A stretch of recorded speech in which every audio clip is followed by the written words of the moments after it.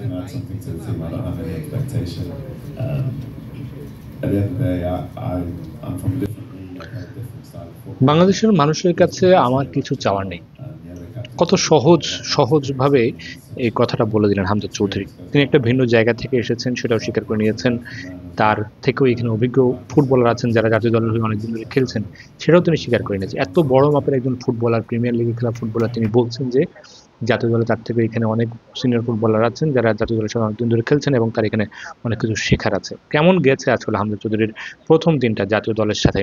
যদি দেখুন একটু ফটো সেশনের সময় তিনি সবার সাথে উইলিংলি কথা বলছেন, একদম সাদা সিধা, কোনো চাকচিক্য নেই, অহমিকা নেই, বাড়তি কিছু নেই, একদম সাধারণ যেরকম থাকা প্রয়োজন সেরকমটাই সবার সাথে হাসছেন, কথা বলছেন, যতটুকু গেস্টার দেখানো উচিত ততটুকু গেস্টার দেখাচ্ছেন, যারাই আসছে কথা বলতে তাদের সাথে প্রাণবন্ত হয়ে কথা বলছেন, পরিবেশটা বোঝার চেষ্টা করছেন এবং জাতীয় দলের যারা ফুটবলার আছেন তাদের সাথে পরিচিত হওয়ার কাজটা সেরে নিচ্ছেন। কোচ যখন আলোচনা করছিলেন সেটা খুব ভালো মনোযোগ দিয়ে শুনছিলেন এবং সতীর্থরা আসলে কি বলছেন সেগুলো খুব বেশ মনোযোগ দিয়ে শুনছেন। একটা লোক আসার পর থেকে জার্নির উপরে আছে, মানুষের সাথে সাক্ষাতের উপরে আছে, ইন্টারভিউ দেওয়ার উপরে আছে, কিন্তু তার মুখ থেকে হাসিটা কিন্তু কেড়ে নেওয়া যায় না। হাসিটা আছেই, সবসময় লেগে আছে। একজন গোলকিপার কোচ নয়নের সাথে কথা বলছেন, মানে যখন যে আসছেন, রহমত এসছেন, রহমত এসে হামজাকে সাথে কথা বলতে চাইলেন এবং হামজা কিন্তু হাসি মুখে তার সাথেও কথা বলছেন। যেই আসছেন তার সাথে আসলে হামজা বেশ ফ্লুয়েন্টলি দলের সবার সাথেই পরিচিত হওয়ার যে কাজটা সেটা কিন্তু তিনি সেরে নিয়েছেন এবং দলের মধ্যে যে বন্ডিং তৈরি করার যে বিষয়টা সেটা কিন্তু বেশ ভালোভাবেই করছেন এবং অনেকে আসছেন ছবি তোলার জন্য, কারোর রিকোয়েস্ট কিন্তু তিনি ফেলছেন না।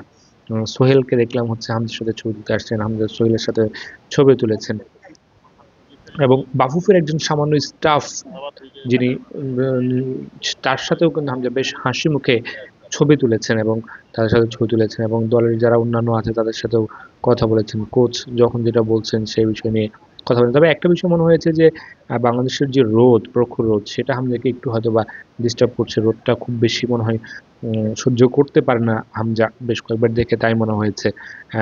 তবে তার সেটাই বুঝতে দেয়নি কাউকে।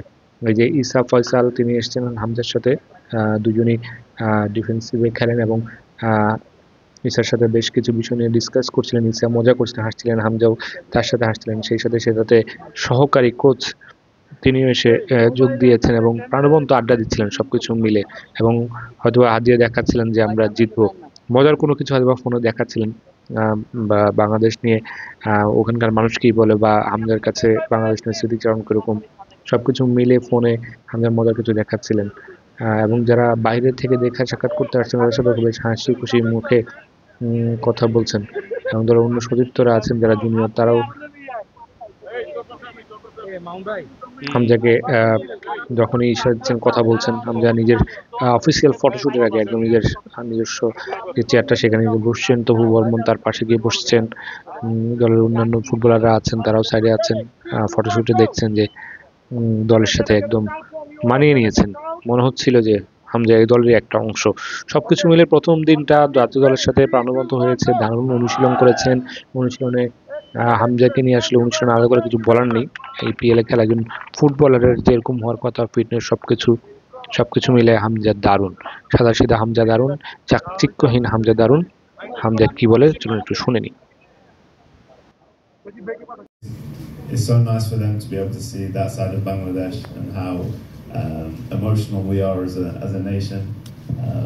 But they've been nothing but positive. Shokali positive message sent Khattasa. And I'm family also proud for Khattasa. I mean, I see Azar Manusha Yamar Tehser, welcome to